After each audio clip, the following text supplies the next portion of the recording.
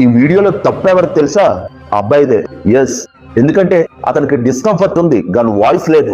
మనకు ప్రాబ్లం వచ్చినప్పుడు మనం సైలెంట్ గా ఉంటే అది మన బిగ్గెస్ట్ మిస్టేక్ అవుతుంది. ఇక్కడ కాల్ పెట్టింది ఒక సివిక్ సెన్స్ లేని వ్యక్తి, కానీ బౌండరీస్ బ్రేక్ అయింది ఎవరిది? ఈవిడ డబ్బు ఇచ్చి కొనుక్కుంది జస్ట్ ఒక ఇనప్పెట్లో సీట్ మాత్రమే, అంతేకాని అతని మీద అథారిటీ కాదు. ఎవరినైనా పర్మిషన్ లేకుండా టచ్ చేయడం అనేది ఒక స్మాల్ ఇష్యూ కాదు. ఈ సీన్ లో ఒకవేళ జెండర్ రివర్స్ అయితే ఇది బోత్ మెన్ అండ్ ఉమెన్ కి వర్తిస్తుంది. మన కల్చర్ ఎంత గొప్పదంటే భిక్షాటన చేసుకునే వాళ్ళకి కూడా పొరపాటున మన కాలు తగిలితే దండం పెడతాం, కానీ ఇక్కడ ఇంటెన్షనల్ గా టచ్ చేస్తున్న ఆపోజిట్ పర్సన్ మాత్రం సైలెంట్ గా భరిస్తున్నారు.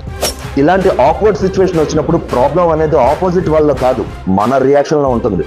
సైలెంట్ గా టాలరేట్ చేస్తే అది మన చేతకానితనం అనుకుంటారు. రెస్పెక్ట్ అనేది ఎవరినో అడుక్కొని తెచ్చుకునే వస్తువు కాదు, మన రెస్పెక్ట్ మనమే క్రియేట్ చేసుకోవాలి. ఈ మెసేజ్ నీకు నచ్చితే ఒక చిన్న ఫాలో కొట్టు. నెక్స్ట్ వీడియోలో మళ్ళీ కలుద్దాం.